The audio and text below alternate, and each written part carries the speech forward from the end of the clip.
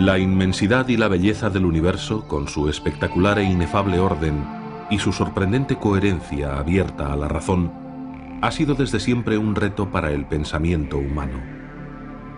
Y el universo, en toda su grandeza, fue desvelando poco a poco sus secretos al hombre.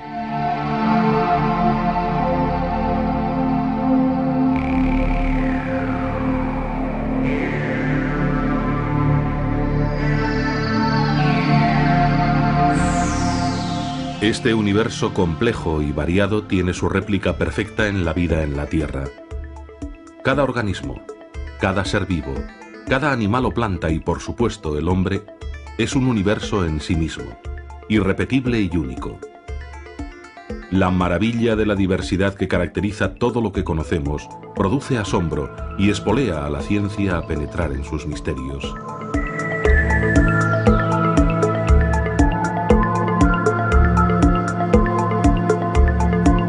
La debilidad de unos y la fuerza de otros, lo peculiar de cada uno, ha originado sin embargo un nuevo interés en algunos sectores de la comunidad científica: la búsqueda de la igualdad, la producción de copias iguales de seres vivos.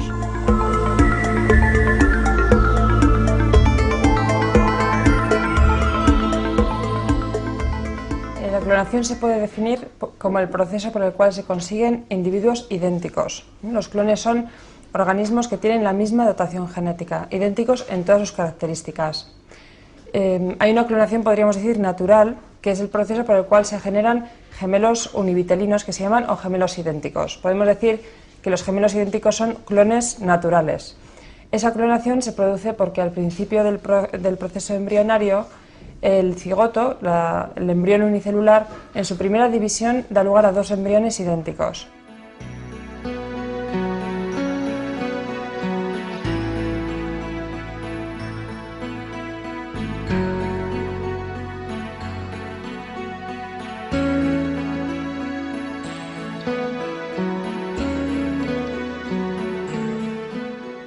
Sin embargo, cuando se habla de clonación, por ejemplo, el proceso por el que se generó Dolly, no se suele referir a esa generación de gemelos a nivel embrionario, sino que se trata más bien de conseguir copias idénticas de un organismo adulto partiendo de sus células diferenciadas, de sus células, podríamos decir, no reproductoras, las células que se suelen llamar somáticas. Esto, que parece un poco extraño, es posible porque todas las células del organismo tienen en su núcleo la información de cómo es todo el organismo. Podríamos decir que si se compara el organismo desarrollado con un edificio, cada una de las células tiene el plano de cómo es todo el edificio, de cómo es todo el organismo. Esto tiene una explicación sencilla, y es que todas las células del cuerpo proceden de una célula inicial, el embrión unicelular, que cada vez que se divide va haciendo, podríamos decir, fotocopias de los planos, de manera que las células que se van generando tienen, como decía antes, toda la información.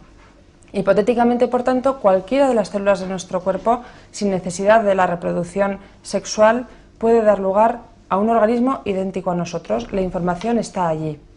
No solo eso, sino que además tenemos técnicas para que las células del cuerpo puedan crecer con más o menos dificultad, según el tipo celular, fuera del organismo y dividirse incluso y generar nuevas células. Sin embargo, se vio enseguida que conseguir embriones a partir de las células diferenciadas del adulto era un proceso muy difícil. Las células de cualquier tejido pueden crecer fuera del organismo, pero dan lugar a células como ellas, células, pues si son por ejemplo de la piel, células de la piel, o células cardíacas, no dan lugar a un embrión. Podríamos decir que la razón es que las células, al diferenciarse, van olvidando cómo se hace todo el organismo. Tienen los planos, tienen la información, pero la especialización, el ser ya adultas, el estar, podríamos decir, lejos del proceso embrionario, hace que para ellas sea difícil recordar cómo se genera desde el principio un ser vivo.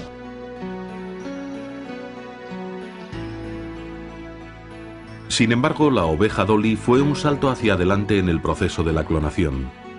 La forma en la que se obtuvo Dolly consistió en programar una célula diferenciada y conseguir a partir de ella una oveja idéntica a la de partida. Se trata, por lo tanto, de una reproducción artificial y asexual en la que no hay fecundación. El proceso consistió en lo siguiente. Se tomó una célula diferenciada, en el caso de Dolly era una célula mamaria obtenida de la ubre de la oveja, y se transfirió su núcleo a un óvulo al que se había eliminado previamente el suyo.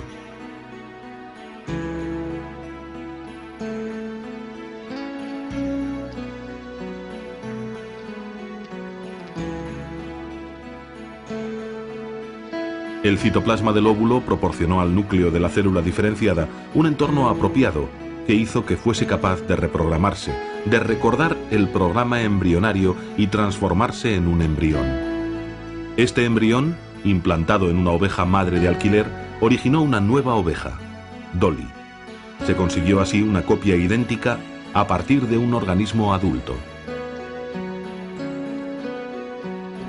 La clonación animal tiene una ventaja que consiste en la posibilidad de obtener copias idénticas de un organismo que nos interesa, y además un organismo adulto, conocido, que sabemos que tiene las características que nos interesan. Esto tiene interés desde muchos puntos de vista. En el caso de Dolly se trataba de conseguir copias idénticas de animales que habían sido modificados genéticamente. Son los animales o plantas, que seguramente todos hemos oído hablar de ellos, transgénicos. Son animales que han sido modificados, generalmente introduciéndoles un gen que nos interesa, que permite que produzcan algo que nos interesa. El proceso por el que se obtienen los animales transgénicos es muy complejo y se suelen obtener pocas copias. La clonación permite multiplicar esos animales sofisticadamente modificados, podríamos decir, y conseguir que sean de esa manera más productivos. Eso no se puede conseguir con la reproducción sexual, porque la reproducción sexual, por definición, genera diversidad. Si tenemos un animal transformado genéticamente y lo cruzamos con otro normal, la reproducción sexual va a hacer que la progenie, que los que nazcan, tengan características diversas, y a lo mejor en ese proceso perdemos la característica que nos interesa. De manera que, como digo, conseguir muchas copias de un animal que nos interesa desde el punto de vista genético es la utilidad de la clonación animal. ¿Y la clonación humana? ¿Es posible? ¿Qué cuestiones plantea? La clonación humana se puede dividir, según el objetivo que se pretenda con ella, en fines reproductivos, conseguir personas idénticas a determinadas personas, o fines terapéuticos. Con fines reproductivos podríamos decir que ha sido rechazada por la comunidad científica en general, aunque solo sea por la dificultad que supone la clonación y porque no se sabe si los seres clonados van a tener deficiencias genéticas, etcétera. Sería un riesgo muy grande dar lugar a personas por clonación. Estos criterios un poco pragmáticos, podríamos decir, han hecho que se rechace la clonación humana con fines reproductivos. Sin embargo, hay interés en la clonación humana con fines terapéuticos por un descubrimiento paralelo relacionado con lo que hemos ido diciendo, que es el de las células madre de origen embrionario. Las células madre se descubrieron investigando con embriones humanos de pocos días, en el estadio llamado el blastocisto. En ese momento el embrión es una esfera formada por una serie de células que darán lugar a la placenta y una masa celular interna, que son unas pocas células, alrededor de 100, que dan lugar al embrión. Esa masa celular interna se puede cultivar, destruyendo así el embrión, obviamente, y a partir de esa masa de células se consiguen células capaces de, según se traten, el cultivo en el que se pongan, dar lugar a distintos tipos celulares. Esas son las llamadas células madre de origen embrionario. Este descubrimiento tiene que ver con la clonación, porque combinando la técnica por la que se generó Dolly con lo que sabemos de estas células que pueden dar lugar a distintos tipos celulares, se podría hacer lo siguiente. En primer lugar, hacer un clon, un embrión de la persona enferma.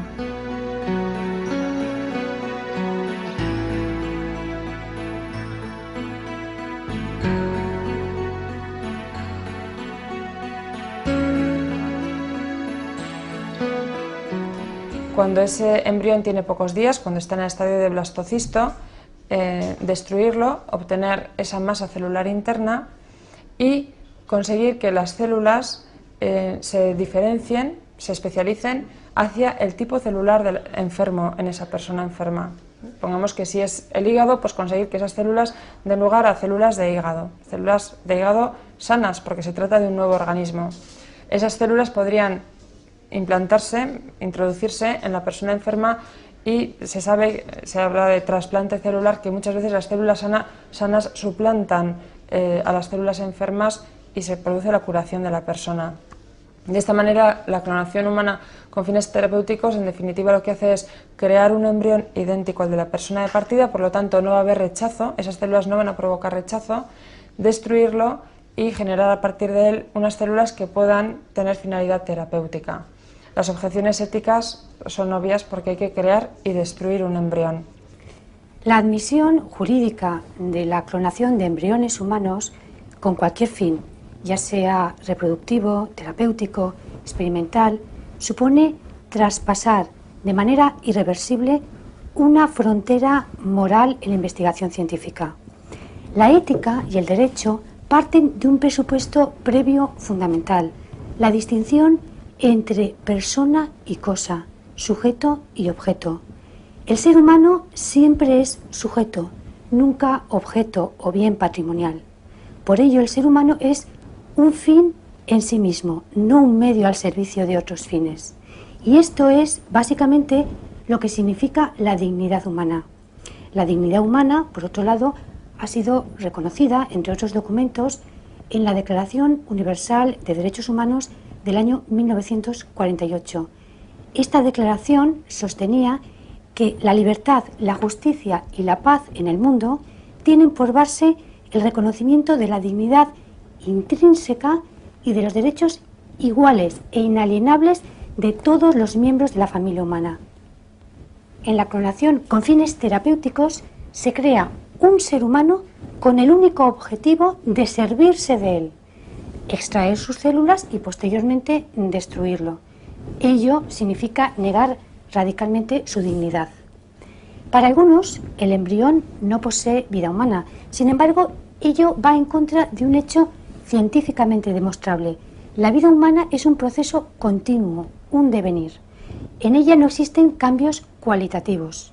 El embrión, cualquiera que sea el origen a través del cual se ha obtenido, posee una vida que debe ser calificada como humana. No es un animal ni un ente intermedio. Por otro lado, su genoma lo identifica perfectamente como un miembro de la especie humana.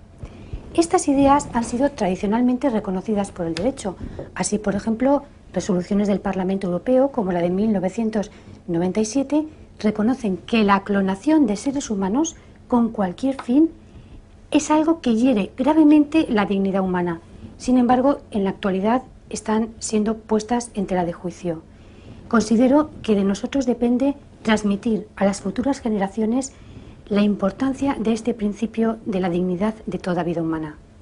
En los últimos años se ha ido descubriendo cada vez con más profundidad una serie de células que están en la persona adulta y que, según el tratamiento que se les den, pueden también diferenciarse, especializarse en distintos tipos celulares. Todo parece indicar que, si se investiga en ello, son estudios muy preliminares, pero todo parece indicar que esas células madre adultas, que podrían obtenerse de la persona enferma, podrían dar lugar también al tipo celular afectado y tener una finalidad terapéutica, sin necesidad de recurrir a la creación y destrucción de un embrión.